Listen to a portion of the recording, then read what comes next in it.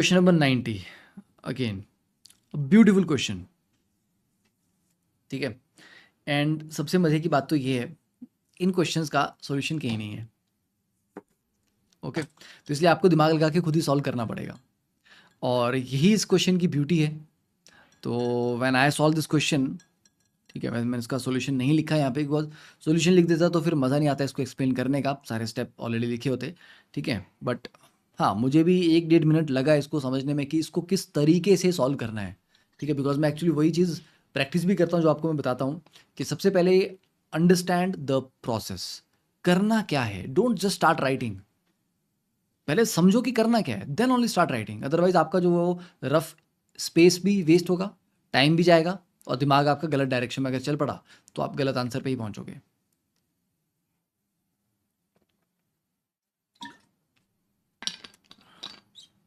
तो इसीलिए इस क्वेश्चन सीरीज में बहुत सारे क्वेश्चन ऐसे हैं, बहुत सारे जो प्रीवियस ईयर आईटी के क्वेश्चन नहीं है, दे आर लाइक, उनका सोल्यूशन नहीं है, मतलब एटलीस्ट मेरे पास तो नहीं है, तो इसलिए उनको सॉल्व करके मज़ा आता है, so that I can discuss them in proper detail with you, कि आपने कैसा सोचा फिर वैसा सोचा। अब देखो, इस क्वेश्चन में क्या है कि हमारे पास एक प्लेटिनम का वेसल है, इसको अगर हम इमेजिन करें, ये चीज़ आपकी ना इमेजिनेशन में चलनी चाहिए, और इसका वॉल्यूम दिया हुआ है, H2 है, प्रेशर है, टेम्परेचर है, तो मतलब नंबर ऑफ मोल निकाल सकता हूँ H2 के, है ना, इसमें H2 है, fine. As 1 mole of benzene liquid is added to it, pressure rises to 3.2। तो H2 का प्रेशर 3 था, और जो बेंजीन डाली उसकी वजह से 3.2 हो गया, तो मतलब बेंजीन का कॉन्ट्रीब्यूशन कितना आया, 0.2। पर वो 0.2 क्या है, बेंजीन का वेपर प्रेशर होगा, क्योंकि बेंजीन आप लिक्विड में डाल रहे हो, तो लिक्विड में वेपर भी बनेंगे, इक्विलिब्रियम एस्टेब्लिश होगा, और जो वेपर प्रेशर आएगा उसकी वजह से टोटल प्रेशर में कंट्रीब्यूशन होगा। तो वो जो 0.2 बढ़ा है, वो बेंजीन के वेपर प्रेशर की वजह से बढ़ा। ठीक है, at this temperature no chemical reaction. फिर ये बोल रहा है इसको हमने 300 से 360 केल्विन पे हीट कर दिया, है ना, we started increasing the temperature, now the temperature is raise to 360 kelvin, and suddenly all the liquid vaporizes entirely and benzene is also catalytically hydrogenated, so there is a reaction also, benzene plus 3H2 gives you cyclohexane।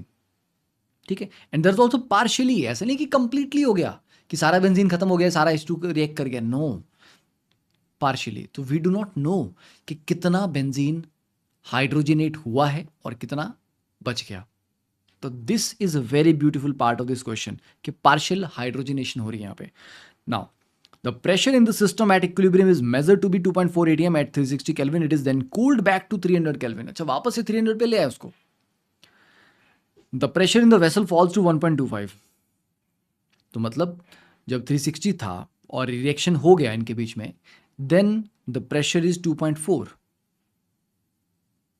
ठीक है, क्यों, क्योंकि कुछ hydrogen consume हो गई, है ना। देखो यहाँ पे ये 1 मोल है, ये 3 मोल है, मिला के 1 मोल, तो रिएक्टेंट में 4 मोल हैं, and they are reacting to give 1 mole of the product.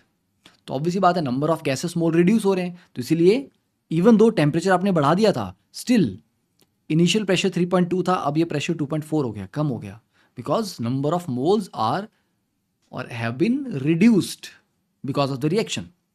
अब वापस उसको 300 केल्विन पे कूल कर दिया, the pressure in the vessel falls to 1.25 atm, some amount of liquid also appears. अब वो सम अमाउंट ऑफ लिक्विड किसका होगा, साइक्लोहेक्सेन, बेंजीन, क्योंकि अगर पार्शियल हाइड्रोजनेशन हुई है तो थोड़ा सा बेंजीन भी बचा, एंड थोड़ा सा साइक्लोहेक्सेन बना, और वापस से 300 केल्विन पे ले आओगे तो they will be formed in the liquid state में आ जाएंगे वापस से वो। हाँ, H2 आपका गैसेस में ही रहेगा। तो given that the vapor pressure of cyclohexane is 0.3 atm at 300 Kelvin, find the vapor pressure of resulting solution. Give your answer by after multiplying it by 8। अब उसमें सबसे इंटरेस्टिंग चीज़ मेरे लिए क्या थी, कि अगर मैं इसको प्रेशर में सॉल्व करता, स्टार्टिंग में मैंने सोचा ऐसा, ठीक है, कि ये बेंजीन आ गई plus H2 3H2 gives you cyclohexane, कि इसका बेंजीन का प्रेशर 0.2 ले लेता हूँ, इसका 3, पर पॉइंट इज ये 0.2 बेंजीन का वेपर प्रेशर है। वेपर प्रेशर एक पर्टिकुलर टेम्परेचर पे फिक्स रहता है, आप इसको ऐसे नहीं कर सकते 0.2 माइनस पी 3 माइनस 3 पी, ऐसे नहीं लिख सकते। You can't treat it like normal pressure, it is equilibrium pressure, ये उतना फिक्स रहता है। तो मतलब प्रेशर के अकॉर्डिंग बेंजीन को, इस इक्वेशन को मैं सॉल्व नहीं कर सकता था।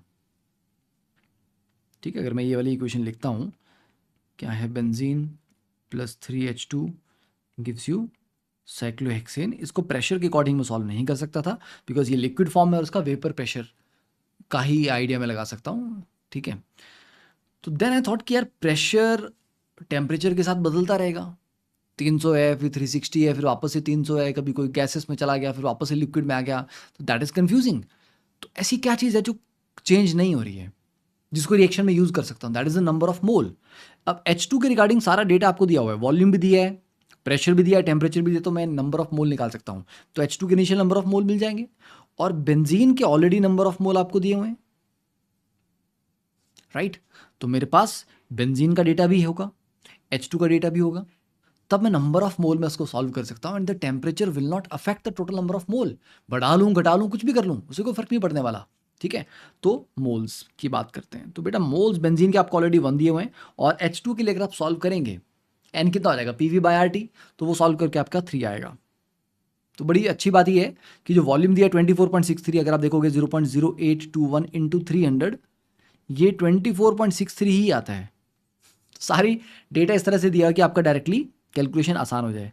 तो शुरुआत में साइक्लोहेक्सेन 0 था, ओके, तो 1 माइनस एक्स, 3 माइनस 3x और ये x बन जाएगा, ठीक है। तो ये मोल्स की बात कर रहे हैं, तो ये बात करें स्टार्टिंग में एट 300 केल्विन और ये बात करें फाइनली एट 360 केल्विन,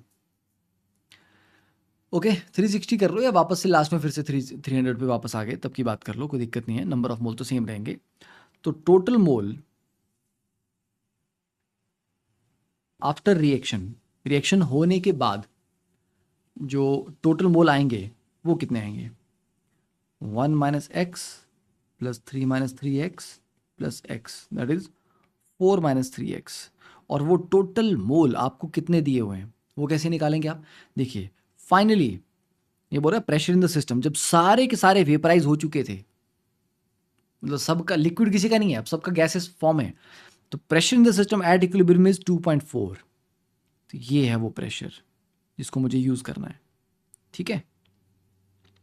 तो प्रेशर एट इक्विलिब्रियम और वो भी 360 केल्विन पे कितना रहेगा, PV इक्वल टू NRT, तो प्रेशर कितना आएगा NRT अपॉन V।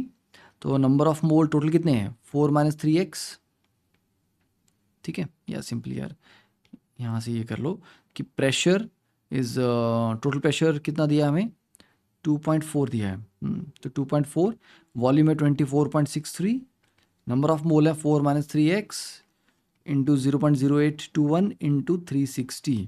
तो इसको अगर हम सॉल्व करते हैं तो यहाँ से x की वैल्यू आती है 2/3, ठीक है। तो x की वैल्यू आने से फ़ायदा क्या हो जाएगा, अब मोल ऑफ बेंजीन अगर आप देखोगे तो कितने बने 1 माइनस एक्स, तो मतलब 1/3।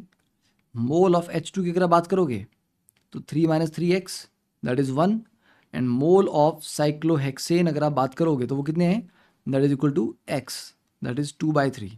तो ये आ गया आपके पास नंबर ऑफ मोल। तो मतलब फाइनली जो भी मिक्सचर था उसमें H2 के मोल कितने थे 1, ओके, ठीक है। अब वापस से टेम्परेचर को आपने 300 पे ले आए, तो ये जो बेंजीन थी और साइक्लोहेक्सेन था ये दोनों तो लिक्विफाई हो गए,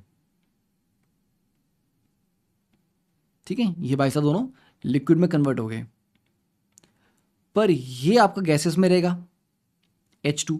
तो 360 केल्विन पे, सॉरी वापस से 300 केल्विन पे जब आप आ गए तो H2 का जो प्रेशर आएगा वो तो टोटल 1 मोल की वजह से आएगा, पर बेंजीन और साइक्लोहेक्सेन का जो प्रेशर आएगा वो उनके वेपर प्रेशर का आएगा। तो जो टोटल प्रेशर होगा इस मूवमेंट पे,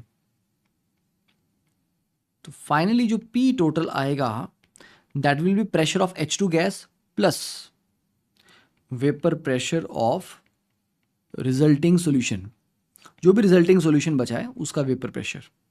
तो अब इसमें से अगर मैं फाइनल प्रेशर मुझे पता है दिस इज 1.25, तो प्रेशर ऑफ H2 अगर मैं निकाल लूँ कैसे निकलेगा, निकल जाएगा इजीली।